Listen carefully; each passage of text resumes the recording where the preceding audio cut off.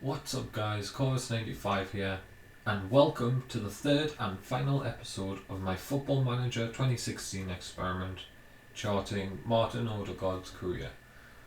So this is how we saw him at the end of the last episode. 199 league goals for Real Madrid. Amazing all-round stats. I mean, his jumping and his long throws and his aggression and bravery are still lacking, but everything else is at least 10. Actually, everything else is at least 12, which is really good. Even his heading's 12. He's 31 years old, and today we are going to holiday until the end of Martin Ødegaard's career, and then I will jump through his manager career if he actually has one. So I will see you in 2 years' time in 2032. Okay guys, here we are in 2032.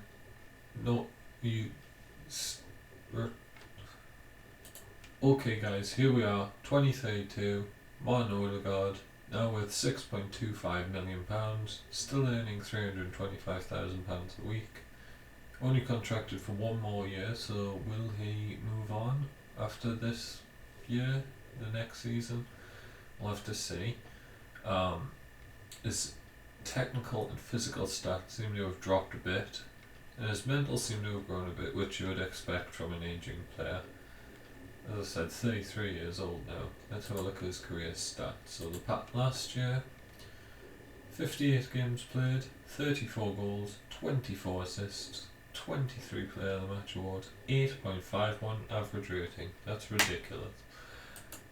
And the season just gone, 56 games played, 33 goals, 18 assists, 25 player matches, and 8.39 average rating. I'm pretty sure his pass accuracy has never got above 70%. Let's have a look at Real Madrid. How did they do? They came second this season. As you can see, loading is taking a bit longer now because I'm so far. Well, I guess I'm only like 16 years in the future. Real Madrid won last season. Barcelona won this season. We'll just have a quick look at how they won last season. Won by 9 points. Very high goal difference in comparison to Valencia. Valencia came second, Barcelona in third. But Deportivo La Coruña up in fifth. I know they used to be a really good team, but you often see them get relegated quite a lot in Football Manager 16. Yeah, the top half team now. Right, let's have a look at the stats. Ødegaard highest average rating this season, joint most assists, most player of the match awards. So he's still up there despite everything. I will join you guys again in 2 more years, 2034. Hopefully he's still playing. He may not be playing for Real Madrid, however, so we'll have to see. Okay, 2034. As you can see, his physicals have dropped off dramatically at this point. He's down to 13s in acceleration, 12 in pace. They used to be 20s. That's sad. His technicals have actually gone up, quite a few of them. Some have gone down, but his mentals haven't really grown that much. 4.9 million he's now worth. He's earning slightly less, but he's been recontracted with Real Madrid. 35 years old now. Let's have a look at the past 2 years. So 52 games played, 23 goals, 22 assists, 20 player of the matches at 34 years old, which is insane. 8.42 average rating. And then this season, aged 35, 52 games played for Real Madrid. He played every single league game. Got 23 goals in all competitions, 18 assists, 14 player matches, mostly played in the league, as you can see. 8.17 average rating, so he's averaged over an 8 since the 2021-22 season. And he's also averaged over 10 league goals since the 2020-2021 season. So actually, if we go back to 2018-19, apart from 1 year he's got 10 or more goals in the league every season. If I have a quick look at how are Norway doing without Ødegaard, so they're now 79th, dropped off sharply. So 2028, let's have a look at when he retired from international football information. 2028, so yeah, after Ødegaard left, let's just go to Norway. As you can see here, he left, and then this sharply decreased. He was just such an important player for them. If we have a look at their top player now, as you can see, not very good. 5 million. So he's worth about the same as Ødegaard, but he's in his prime, and Ødegaard's 35 now. We never checked the World Cup last time round, so let's have a look. So England won last time over, so 2030. We saw Brazil win in 2026. It's held in China this year. Interesting. Any surprise teams? Congo always turn out to be really good this year on Football Manager. Saudi Arabia made it in. Trinidad and Tobago in again. Was that 2006 they were in? That's quite a tough group. Holland, Spain, Uruguay, Australia. I mean, if you swap Uruguay for Chile, that's what it was 2014. So, wonder if Spain will make it out of that group. Let's see, the European Championship. Spain won it last time around, 2 years ago, beating Portugal 2-1 in the final. Right, so I will join you in 2036. Here's Ødegaard, 2036, 26th of May, valued at 3.5 million, £275,000 a week. He's contracted till 2037, 37 years old at this point. He's played 685 league games for Real Madrid, 307 goals. As you can see, stats, still a lot of blues there. I mean, his physicals are terrible now, but yeah, expect that.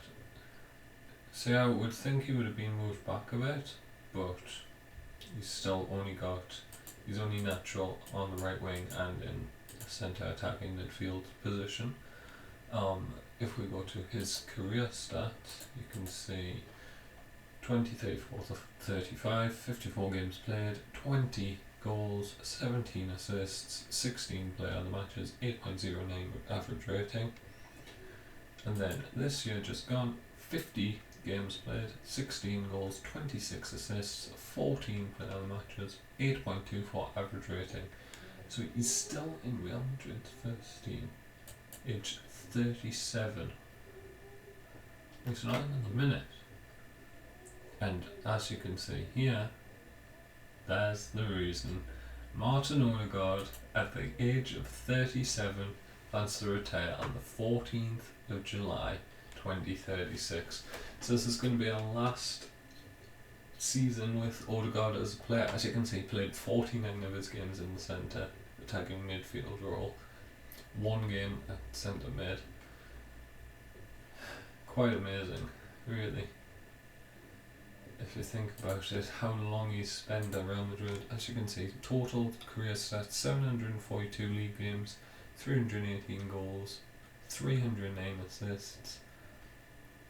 So if you think 627 goals he's been involved in 742 league games, 246 player of the matches, so almost 1 in 3.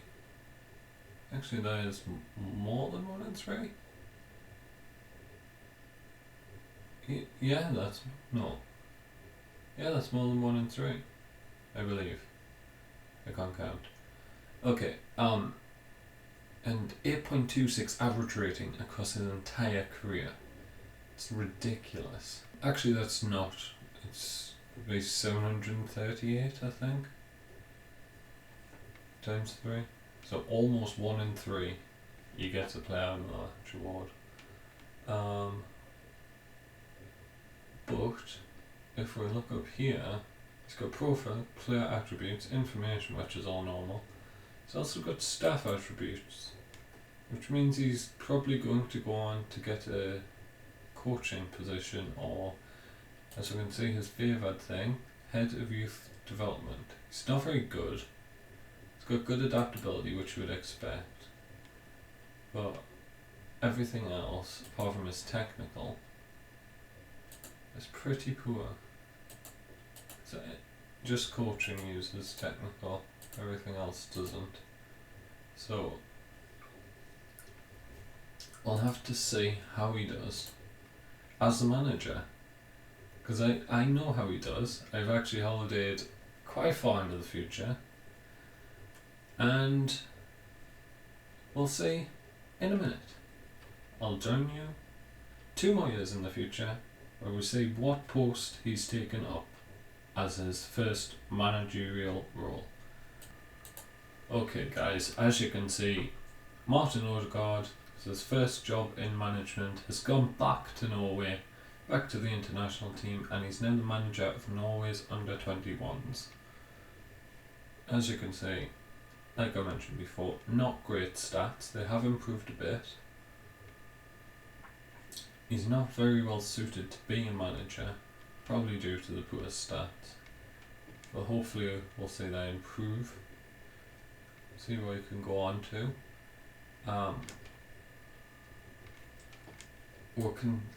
I'm actually 3 years in the future. I said it would be 2 years, but he joined in 2038, but it wasn't. I holiday to May of the year, so I'm just after the end of the season, and he actually joined in the October, as you can see, 17th of October, hired as the manager. He appointed this guy as the captain, or as a vice captain. I'll go back in a minute. He looks okay first. He's 19, he's not anything special. He's got good jumping, reach and heading. Good determination, means he'll reach his potential. Strength's up good, leadership's good. But his marking's okay, but his tackling's a bit meh. So let's go back to Ødegaard, vice captain. He appointed up. Right, let's have a look at Ødegaard's entire career. We're going to have a look at all of the competitions he won. So let's go back to the start. So they won the Copa del Rey, they won the Supercopa, Liga BBVA, Copa del Rey, the runners up in the Champions League, won the Supercopa, won the Copa del Rey, runners up in the Champions League, won the Supercopa, winners of the Copa del Rey, runner up in the Supercopa, winners of the Liga BBVA, runners up, winners, winners, winners, runners up in the Champions League, won the Champions League, runners up in the Super Cup, won the Club World Cup, won the Champions League again, back-to-back years, won the Super Cup, won the Club World Cup, won the Champions League and the League, runners up in the Super Cup, though almost won 6 trophies that year. Just got the 5. I think I mentioned that previously. Yeah, because that would have been the final season of episode 2. And as you can see, went on a long spell of trophies in Spain, but never again won the Champions League after the 2030 season. So in his last, what was it, 6 years as a player, he never won the Champions League again. But I think he'll be happy with his medal haul. Awards, if we go to, where is the Ballon d'Or? He came runner-up in his final season as a player. Tony Richards from Tottenham. He looks a lot older than 29. Pretty good. I thought it said Ødegaard came run out. Oh, 2035 he came run out. To Ganso, the Brazilian guy, who's 32 now. Just shows how young Ødegaard actually is in the game. When there's a regen who's 32. Didn't get in the top three. As you can see, he had a spell of dominance, only broke once by Ganso. In total, he won 9 Ballon d'Ors. Ganso's won 3, so, and Messi won, so 11? 11? That's ridiculous. Trophy doesn't really mean much when one player wins 11. As you can see, it's actually slightly more successful with the World Player of the Year. He won it 10 times. Messi only won it 8. So he's actually the most successful World Player of the Year award winner. World Team of the Year, all seasons. I'm guessing he's in yet. He's in at Cam. Ganso ahead of Ronaldo. Godin ahead of Messi, or Dybala ahead of Messi perhaps. Interesting. Ødegaard, Dybala, Alaba and Ter Stegen are the only 4 players currently playing who made it in. Total appearances, Ødegaard with 847 total appearances, 386 goals, which was the most highest average rating as well. Amazing they got higher average rating than Messi despite playing more than double the amount of games. Very, very good from Ødegaard there. And he's just maintained a level of consistency across his entire playing career. Hopefully he can go on to be successful as a manager of the Norway under-21s. There's no ranking for... Oh no, there is. 39th. Oh no, this is Norway in general. It's actually shot up since Ødegaard joined. Maybe he just has an impact on them. They've got a guy at Chelsea now. He looks pretty decent physically and mentally. Doesn't have very good technical stats, but I suppose he's got good stats for right back, left back. Yeah, he looks pretty good. Yeah, so guys, I'm now going to holiday until Ødegaard retires from a staff role, and I'll see you then. Okay guys, as you can see, it's 24th of May 2047, and even though it doesn't show here, I've holidayed into the future. I lost the save, unfortunately, it corrupted, but at the end of 2047, it's like in August, Martin Ødegaard retired as a staff member. As you can see, his judging playability shot up. He's actually now head of youth development. As you can see, he was sacked as Norway under-21s manager, I'm guessing. Let's have a look. Just see if they sacked him. You can't really see for... You can't see for the under-21s, unfortunately. But yeah, he left his post as Norway under-21s manager, and he didn't get picked up by another club, probably because of his poor reputation. But he's got good judging playability, I must say. That's shot up, and his attacking coaching's gone up as well. And he never moved on. This is all he did as a manager. Never got picked up by another club or another nation, and it's a bit of a sad ending to the episode. 122 caps for Norway, of course, 55 goals, so it's not all sad, but after such an illustrious career, I would have hoped he would have gone on to more success as a manager. So I'll just prove to you that he did retire, and I'll be back in 1 minute.